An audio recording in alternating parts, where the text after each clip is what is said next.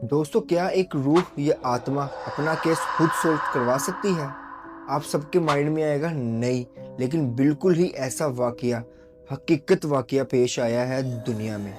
ये कहानी है 1897 की अमेरिका, जहां अमेरिका का एक छोटा सा इलाका ग्रीनवियर काउंटी, जो कि वेस्ट अमेरिका में है, जहां एक रूह ने अपना कत्ल खुद सॉल्व करवाया।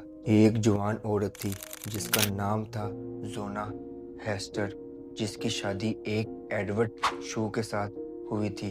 शादी के कुछ ही महीने बाद जोना हेस्टर अपने घर में अचानक मरी हुई हालत में मिली।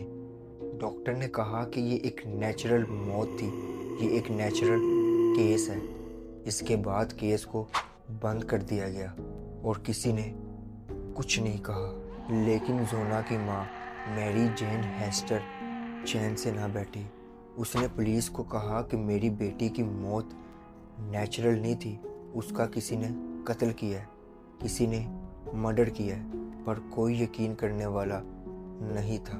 फिर मैरी जेन को अपनी बेटी का सपना आने लगा। पहली एक रात, फिर दूसरी रात, फिर तीसरी रात और चौथी रात तक सपने आए। जोना हेस्टर अपनी माँ को सपने में यही कह रही थी कि मुझे कत्ल कर दिया गया है, मेरे हस्बैंड ने ही मुझे मेरा गला तोड़कर मार दिया था।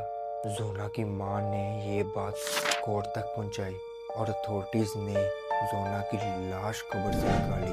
और जब पोस्टमार्टम हुआ तो सबके होश उड़ गए।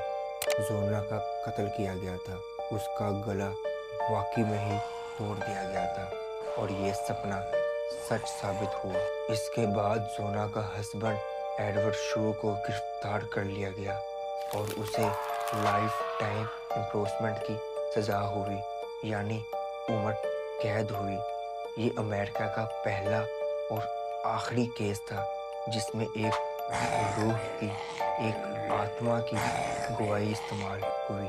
तो दोस्तों, आपका क्या ख्याल है इस केस के बारे में? कमेंट बॉक्स में ज़रूर बताना।